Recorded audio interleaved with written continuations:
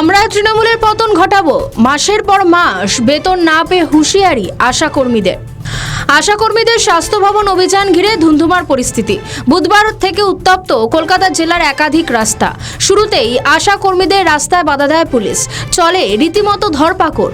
মঙ্গলবার রাত থেকে আশাকর্মীদের স্বাস্থ্য ভবন অভিযান ঘিরে আন্দোলনকারীদের সঙ্গে পুলিশের টানাপোড়েন চলে। কলকাতা পৌঁছানোর জন্য মঙ্গলবার রাতে মালদার টাউন স্টেশনে গৌড় এক্সপ্রেস ধরতে যান প্রায় 50 জন আশাকর্মী। তাদের অভিযোগ, বৈধ টিকিট থাকা সত্ত্বেও মালদা জিআরপি তাদের ট্রেনে উঠতে বাধা দেয়। তা নিয়ে বাক বিতণ্ডাও চলে বেশ অনেকক্ষণ।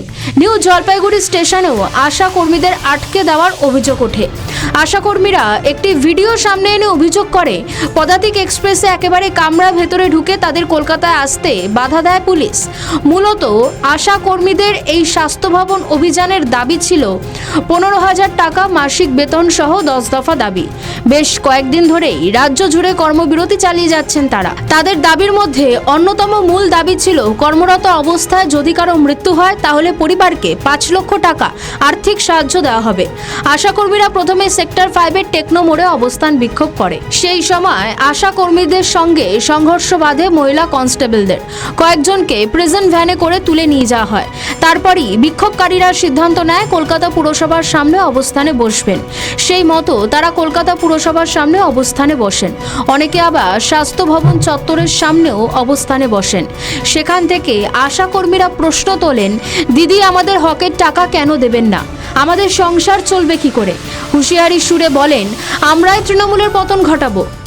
আমরা সরকারকে উল্টে দেবো, সরকার যদি আমাদের কথা না করে। আমাদের স্বাস্থ্য ভবন থেকে 21 তারিখে আসতে বলা হয়েছিল।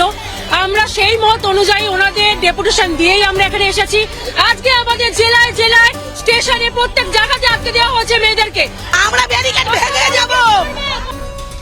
এদিনের অভিযানে ঝামেলার আশঙ্কা ছিলই, তাই সেভাবেই নিরাপত্তা জোরদার করেছিল বিধাননগর পুলিশ। স্বাস্থ্য ভবনের রাস্তায় ব্যারিকেডও বসানো হয়েছিল। ঘটনাস্থলে যান বিজেপি নেত্রী লকেট চট্টোপাধ্যায়। তাকে ঘিরে চলে go back slogan. Suvendu Adhikari তাদের দুপুরের খাবার দিলেও ফিরিয়ে দেওয়া হয় আশাকর্মীদের তরফ থেকে। বেশ কিছুক্ষণ বিক্ষোভ স্লোগান চলার পর স্বাস্থ্য দফতরের কর্তারা আশাকর্মীদের সঙ্গে বৈঠক করেন। 5 প্রতিনিধির সঙ্গে এদিনের বৈঠক হয়। বৈঠকের পর আশাকর্মীরা দাবি করে, স্বাস্থ্য দফতরের কর্তাদের সঙ্গে 8 দফা দাবি নিয়ে আলোচনা হয়েছে। যতক্ষণ না পর্যন্ত তাদের সব দাবি মানা হচ্ছে, আন্দোলন চলবে। তারা এমনটাই হুঁশিয়ারি দিয়েছেন। আমাদের ভিডিও ভালো লাগলে লাইক ও শেয়ার করুন। কমেন্ট সেকশনে আপনাদের মতামত জানান। আরও ভিডিও পেতে আমাদের চ্যানেলটিকে সাবস্ক্রাইব করুন এবং প্রতি মুহূর্তে খবরের আপডেট পেতে প্রেস করুন বেল আইকন।